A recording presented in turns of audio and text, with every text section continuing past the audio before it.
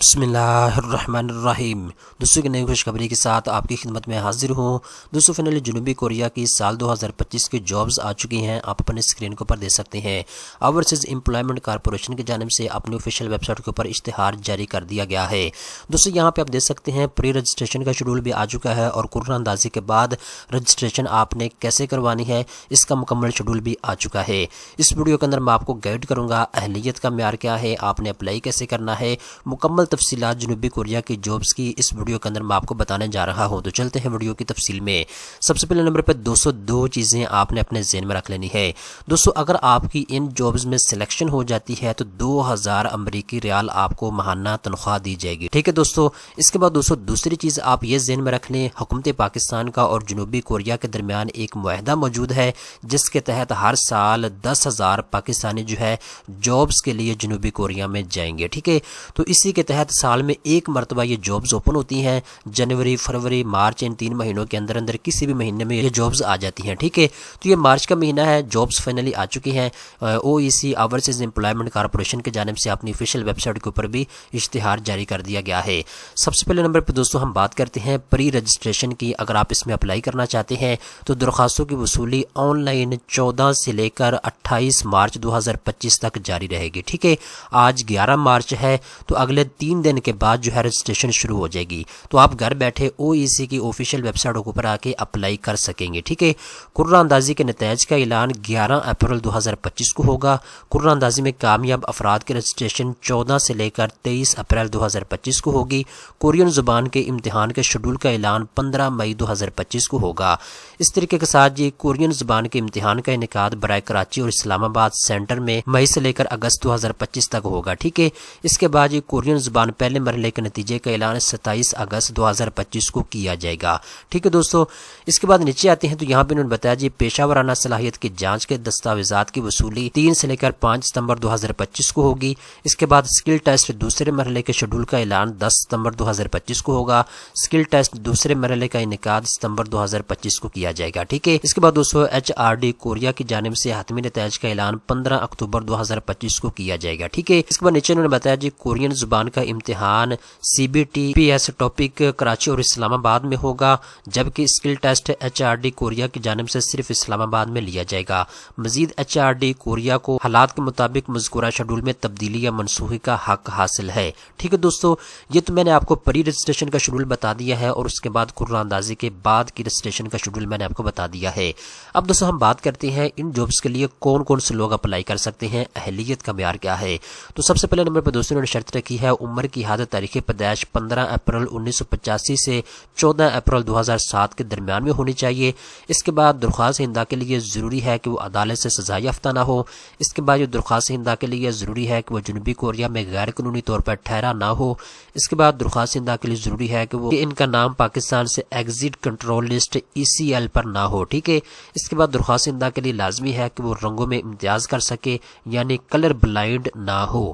اس کے بعد کسی بھی قسم کی جسمانی معذوری بشمول ہاتھ پاؤں کی کٹی ہوئی انگلیاں یا ریڑھ کی ہڈی کے مہرے ہلے ہو یا TB ہوا ہو، ایسے افراد درخواست دینے کے اہل نہیں ہے۔ اس کے بعد دوستو آخری نمبر کے اوپر شرط ہے ایسے افراد جو کوریا میں 5 سال یا اس سے زیادہ عرصہ کام کر چکے ہیں درخواست دینے کے اہل نہیں ہے۔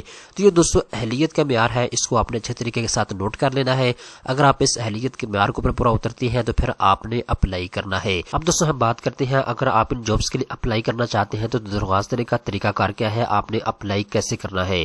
تو یہاں پہ انہوں نے بتایا پری رجسٹریشن HRD کوریا کی جانب سے کی جانے والی قرعہ اندازی رجسٹریشن میں درخواست دینے کے لیے کمپیوٹرائز پاسپورٹ کا ہونا ضروری ہے، ٹھیک ہے۔ تو دوستو وہ لوگ اپلائی کریں جن کا شناختی کارڈ بھی بنا ہوا ہے اور جن کا پاسپورٹ بھی بنا ہوا ہے۔ اس کے بعد پری رجسٹریشن قرعہ اندازی میں شامل ہونے کے لیے صرف OEC کی ویب سائٹ www.oec.gov.pk کے ذریعے ہی آن لائن رجسٹریشن کروا سکتے ہیں، ٹھیک ہے۔ تو آپ نے صرف اس ویب سائٹ کے اوپر آ کے آن لائن اپلائی کرنا ہے، اس کے علاوہ کہیں اور جا کے آپ نے اپلائی نہیں کرنا، ٹھیک ہے۔ اس کے بعد نیچے آتی ہے تو یہاں پہ بتایا درخواست دہندہ کو مینوفیکچرنگ کیٹیگریز میں اسمبلی یا پیمائش یا جوائننگ میں سے کسی ایک کا انتخاب کرنا ہوگا جو تبدیل نہیں ہوگا، ٹھیک ہے دوستو۔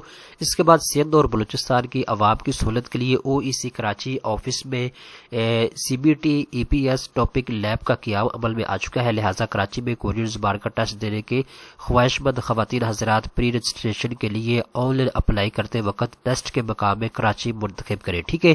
کورین زبان کے ٹیسٹ کا مقام ہرگز قابل تبدیل نہیں ہوگا۔ اب دوستوں یہاں پہ ایک اور بڑی اہم چیز یہاں پہ انہوں نے بتائی ہے، OEC کی درخواست فیس مبلغ 1000 روپے ہے۔ OEC کے آفیشیل اکاؤنٹ نمبر 0112790010 اس کے بعد 4473 ہے۔ HBL بینک میں جمع کروا کر جمع شدہ چلان فارم اپنی آن لائن درخواست کے ہمراہ لازمی منسلک کریں، ٹھیک ہے۔ OEC کی درخواست فیس مبلغ 1000 روپے ہوگی۔ ادائیگی نہ کرنے یا جعل سازی کرنے والے افراد کو نااہل تصور کیا جائے گا اور 2 سال کی پابندی عائد کی جائے گی۔ بینک چلان فارم OEC کی ویب سائٹ پر دستیاب ہوگا۔ اس کے بعد آخری نمبر پہ انہوں نے بتایا درخواست پر درج معلومات یعنی نام، تاریخ پیدائش اور جنس وغیرہ کو کوریا میں ملازمت کے لیے استعمال ہوں گی، جو کسی بھی صورت میں قابل تبدیل نہیں ہوگی۔ اس کے بعد قرعہ اندازی میں کامیاب ہونے کے باوجود مندرجہ ذیل رجسٹریشن نہ کروانے والے امیدوار پر HRD کی جانب سے آئندہ 2 سال کے لیے اس نظام کے تحت اپلائی کرنے پر پابندی عائد کی جائے گی۔ اب دوستوں انہوں نے اپلائی کرنے کا طریقہ کار آپ کو بتا دیا ہے، آسان الفاظ میں آپ کو سمجھاتا ہوں۔ سب سے پہلے نمبر پہ آپ نے کام یہ کرنا ہے، آپ نے OEC کی ویب سائٹ کے اوپر آ جانا، ٹھیک ہے۔ سب سے پہلے نمبر پہ دوستوں آپ نے اس ویب سائٹ کے اوپر آ کے چلان فارم کو ڈاؤن لوڈ کرنا ہوگا، ٹھیک ہے۔ یہاں پہ آپ کو مل جائے گا، ابھی تک انہوں نے جاری نہیں کیا کیونکہ 14 تاریخ کو رجسٹریشن کا آغاز ہو جائے گا، تو 14 تاریخ تک یہاں پہ چلان فارم آ جائے گا۔ آپ نے چلان فارم کو ڈاؤن لوڈ کرنا ہے، اس کو اچھے طریقے کے ساتھ پور کرنا ہے۔ کیسے پور کرنا ہے انشاءاللہ وہ بھی میں آپ کو اگلے 2-3 دن کے اندر جیسے ہی چلان فارم آئے گا میں آپ کو بتا دوں گا، ٹھیک ہے۔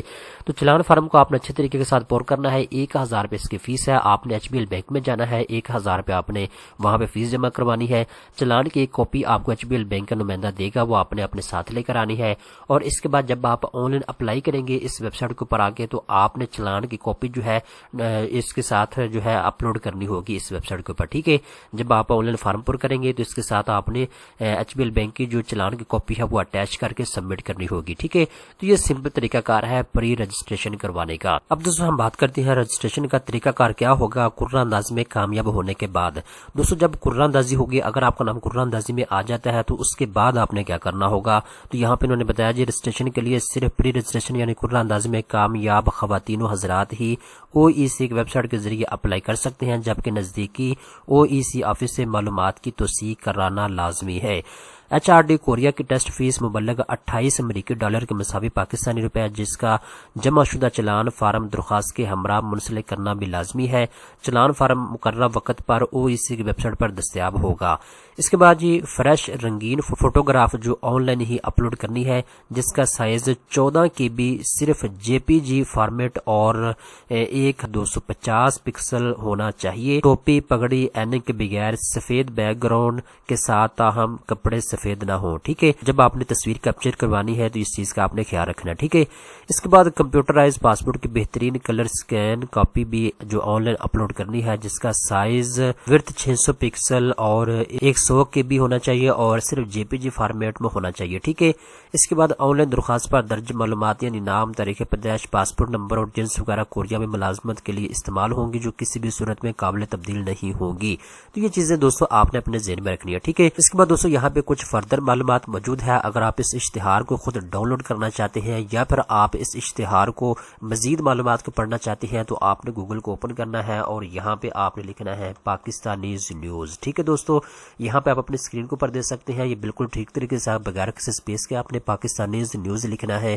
اس کے بعد آپ نے سرچ کرنا ہے اور اس کے بعد آپ کے سامنے ویب سائٹ آ جائے گی pakistanews.com۔ جیسے آپ اس کو اوپن کریں گے تو آپ کے سامنے جو ہے یہ ویب سائٹ اوپن ہو جائے گی، تو یہاں پہ آپ کو یہ مضمون مل جائے گا، ٹھیک ہے۔ ابھی میں مضمون کو پبلش کر دوں گا 1-2 منٹ کے اندر، ٹھیک ہے دوستوں۔ آئی ہوپ آپ کو تمام تفصیلات سمجھ آ چکی ہوگی۔ اس طرح کی مزید اچھے معلومات حاصل کرنے کے لیے چینل کو سبسکرائب کر لیں۔